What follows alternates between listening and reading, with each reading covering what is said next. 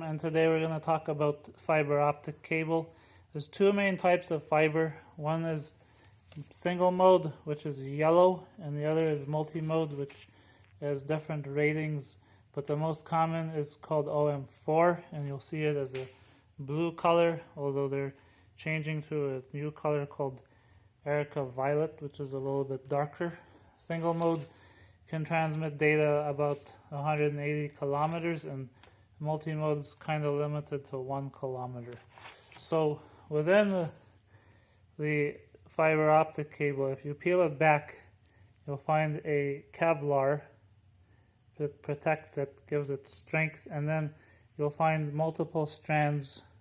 Each strand is color-coded, and each color is one fiber. These are actually made of glass, and you can buy fiber with 6 strands, 12 strands, all the way probably up to 1,024 strands. So when you terminate a fiber, it's not like terminating copper. And when we first started, we used a kit called the Corning Unicam 2 kit. It's cost me $3,000, and I used it once. This is known as a mechanical termination. And in order to terminate the fiber, we basically have to strip it down, and we peel off this colored coating, and then we get a Corning connector which we plug into the fiber, and we insert the entire assembly into the Corning machine, turn it on, push the button, twist the lever, and this crimps a connection onto it, and then it tells you pass or fail. The problem is the loss on this fiber is really bad, and so we switch to a fusion splicer. And the way this machine works is we have to take our fiber optic cable, cut it to length, and this is not a very good example because we're just doing it, and then take the strand that we want, strip it down to get rid of the protective coating. So you can see that we've got now a nice piece of glass. And then don't do this with your hands, but we've now stripped the coating off, and then we got our cleaver, and the cleaver cuts our fiber really flat, so there's no jagged edge at the tip. So we insert our fiber into the cleaver, close the lid,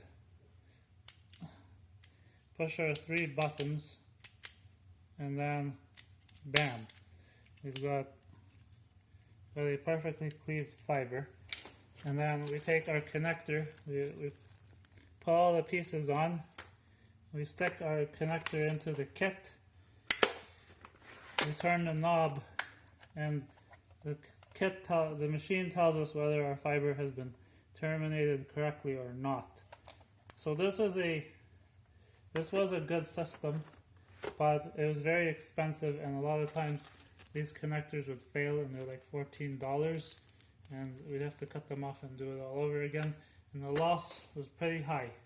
So we switched to this fusion splicer over here, and I'm going to turn this on. I think the battery's dead. Nope. So this thing, so as I was saying, we line up our 2 fibers in the machine, and now mind you, I haven't cut these to length, but once we close the lid, the computer automatically moves our fibers. So you can see this one has quite a jagged cut, and if it's over. Now if you measure correctly, this doesn't happen, but basically the machine lines the fibers over, kicks off the glass, and then it melts the glass together. Now in this case I had a failure because we're just doing this in a hurry and we're being sloppy. But assuming this works, and I always forget this part, but don't forget this part. You have to get a backing, and you have to put this on the fiber before you do the splice. And when you're done, you take your fiber out and you push this onto here, and then this whole thing gets melted together. Imagine this was on top of our splice, and then it just melts together. You know what?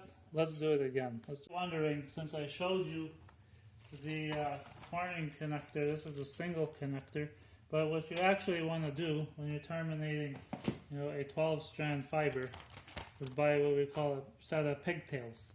And so these are factory spliced or factory mated connectors, and there's 12 in here. So if you have a 12-strand fiber, you buy 12-strand pigtail, and if you have a 6-strand fiber, you buy 6-strand pigtail, and you basically just strip the fiber at the end of this pigtail, and then you splice them on and you just match the colors, and now you have a fully terminated fiber optic cable. And when you're done with that, you have to either put it in a patch panel or a wall. And so we've got many different types of connectors.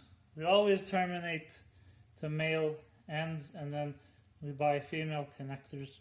So Corning makes what they call a closet connector housing, and so this is a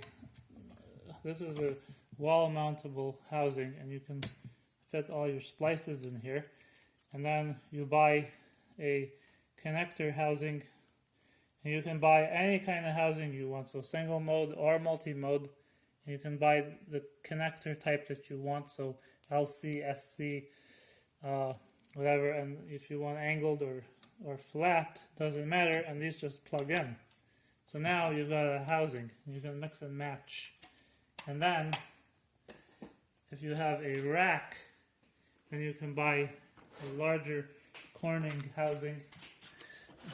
This is a 1U, and it fits in a standard rack.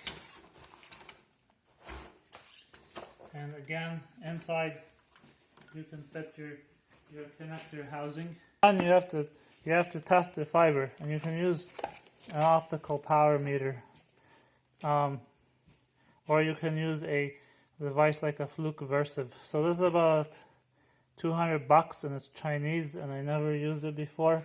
But it came with a fiber optic stripper, which totally sucks. It just damages the cable. I'm gonna make a review on that later.